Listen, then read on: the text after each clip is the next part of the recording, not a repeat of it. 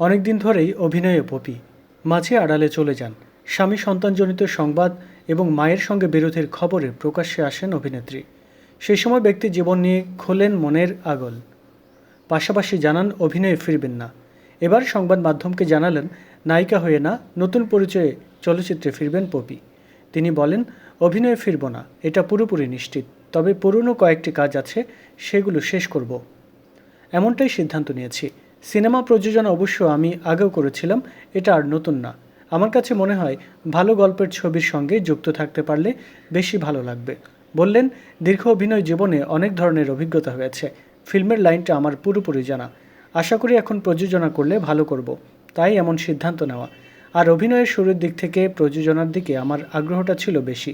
Kidnap ছাড়া জীবন মানে যুদ্ধসহ আরও দুটি ছবির প্রযোজনা করেছি, তাই সিনেমায় ফিরব যখন প্রযোজক হয়ে ফেরার ইচ্ছা। পপির প্রযোজিত ছবি পরিচালনা করেছিলেন মনোয়ার খোকন, তবে লাভের ফসল ঘরে তুলতে পারেননি নায়িকা। 20 লাখ টাকা লোকসান গুনতে হয়েছে বলে জানান অভিনেত্রী।